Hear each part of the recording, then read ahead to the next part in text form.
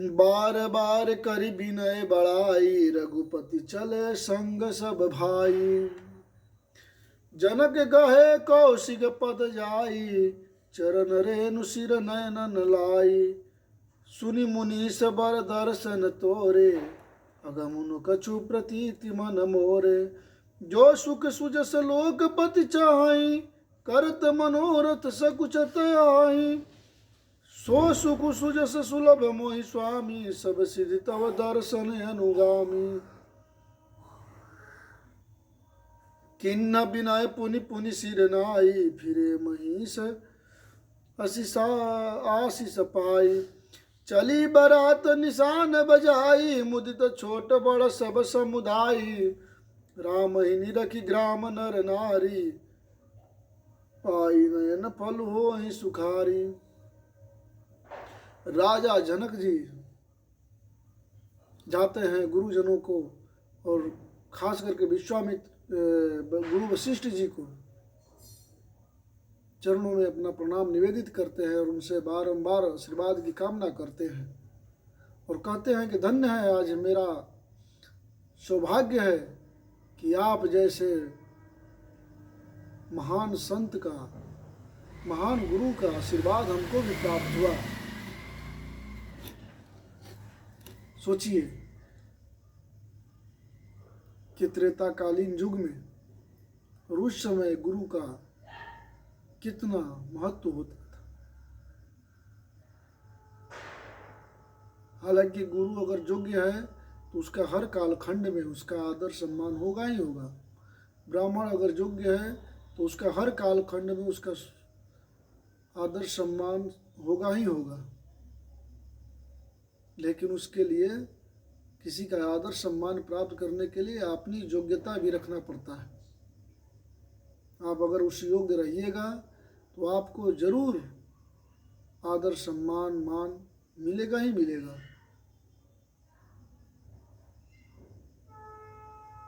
और संत ऋषि गुरु हमेशा कृपा करने के लिए जाने जाते हैं, आशीर्वाद देने के लिए जाने जाते हैं। उनको विशेष कामना नहीं रहती है अपने शिष्यों से, अपने चेलों से। वो तो लोक कल्याण के लिए जीते हैं, सदैव दूसरों के लिए जीते हैं। और ये समाज पुनः उनको उसी आदर और सम्मान के साथ और पथ प्रदर्शक के नाते देखता है। बहुत आशा लगा करके अपने गुरुजनों से, अपने संत जनों से लोग अपेक्षा रखते हैं कि हमेशा वो कल्याण की कामना करते रहें।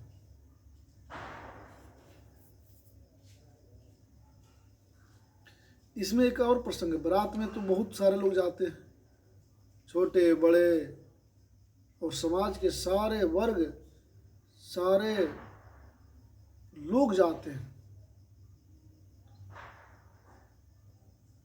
राजा जनक जी उन सभी छोटे बड़े और समाज के जितने भी वर्ग, जितने भी लोग आए थे, चाहे नाई हो, चाहे धोबी हो, चाहे बढ़ई हो, चाहे जो हो, सबसे आदर पूर्वक मिल रहे हैं और उनसे बार बार विनती कर रहे हैं कि अगर मुझसे कोई भूल चूक हुई है तो आप लोगों से हम क्षमा चाहते हैं। धन्य है राजा जनक जी, ऐसा अगवानी होना चाहिए, ऐसा कुटुंब की सेवा होनी चाहिए। आजकल तो लोग बारात में जा रहे हैं दारू पी करके, मुर्गा खाने के लिए, बात बात पर झगड़ जा रहे हैं। सोचिए राजा जनक जी अयोध्या वासियों को महीनों अपने पास रख लिया और हर रोज उनकी प्रेम और उनकी सेवा बढ़ते गया, कभी घटा नहीं। और उनकी सेवा से प्रसन्न होकर के अपने राज का चलाने के लिए उनसे आज्ञा मांगते रहे दशरथ जी, फिर भी उनकी प्रेम में महीनों दिन रह गए। ऐसा सम्मान और ऐसा आदर भाव होना चाहिए कुटुंब के प्रति।